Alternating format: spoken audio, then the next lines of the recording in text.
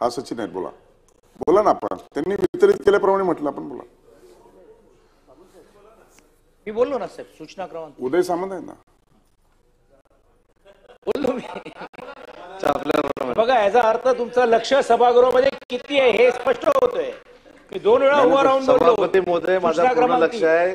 सकाळी तुम्ही आमच्याकडे बोललो, लक्ष होतं, परंतु कामकाजावर पण लक्ष आहे आणि सचिन भाऊवर पण लक्ष आहे, विशेष लक्ष आहे. तुमचा कितीही लक्ष असलं तरी देखील आम्ही विचलित होणार नाही, काळजी करू नका. सभापती महोदय, मंत्री महोदयांनी सुस्पष्ट उत्तर दिलेले आहेत. माझी एवढीच विनंती राहणार आहे की लाड पागे म्हणजे सर्वांसाठी सफाई कामगारांच्या बाबतीत म्हणजे तो शेवटचा घटक. देशाचे पंतप्रधानांनी तर पाय धुतलेत त्यांचे. प्रयागराजमध्ये तर आपण त्याचं कौतुक केलं. महाराष्ट्रामध्ये पण कोविड असेल किंवा पूर परिस्थिती असेल तरी आपण करतो. आता हे लाड पागे सभापती महोदय आदेश झाले, सर्व झालं, समिती झाली, सर्व निर्णय झालं. त्याच्यानंतर उच्च न्यायालयाचा निर्णय स्थगित झाल्यामुळे आपल्याला करता आला नव्हता. आता जानेवारी महिन्यामध्ये उच्च न्यायालयाने पण देखील ती स्थगिती उठवलेली आहे.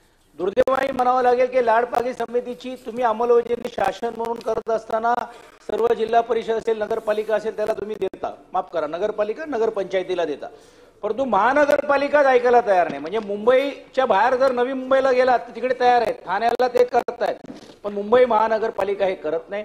माझी आपल्या माध्यमातून विनंती आहे की भाई हे रोजंदारांची जी लोक आहेत प्लस 240 दिवस भरलेली ही अट आहेत. लाडपागे समितीच्या अनुसार वारसा हक्काला पण देणं हे कर्मप्राप्त आहे. आपण मुंबई महानगरपालिकेमध्ये किती दिवसामध्ये याचं इम्प्लिमेंटेशन आपण कराल, हा झाला एक प्रश्न. आणि दुसरा प्रश्न असा आहे की आपण या सर्व संघटनेच्या लोकांबरोबर म्हणजे आता आपण बैठक घ्या, आपण बोला, आपण हो बोलता, त्याच्यानंतर पुढच्या अधिवेशनामध्ये तुम्ही आम्हाला दिसता, म्हणजे चांगल्या अर्थाने सांगतो, कारण त्या विभागाची जबाबदारी ही अधिवेशनापुरती आहे. म्हणून आपण सन्मान्य आयुक्तांना तसे सूचना आपण देऊन त्या सर्व घटकांबरोबर बैठक घेऊन त्यांचे राहिलेले जे काही प्रश्न आपण सोडवणार आहोत. माननीय उद्योग मंत्री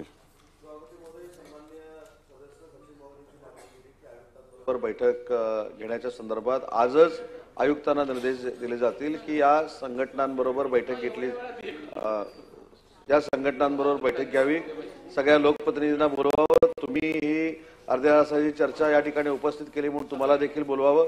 आजच त्याचे निर्देश दिले जातील. आणि लाड पागे समितीच्या बाबतीमध्ये अनुसूचित जाती व नवबद्ध प्रवर्ग, सफाई कामगारांच्या व्याख्येत बसणारे सर्व सफाई कामगार आणि पूर्वी ज्या सफाई कामगारांनी डोक्यावरून मैला वाहून नेलेले काम केलेले अशा सगळ्यांना लाड पागेमध्ये घ्यायचा हा निर्णय झालेला आहे.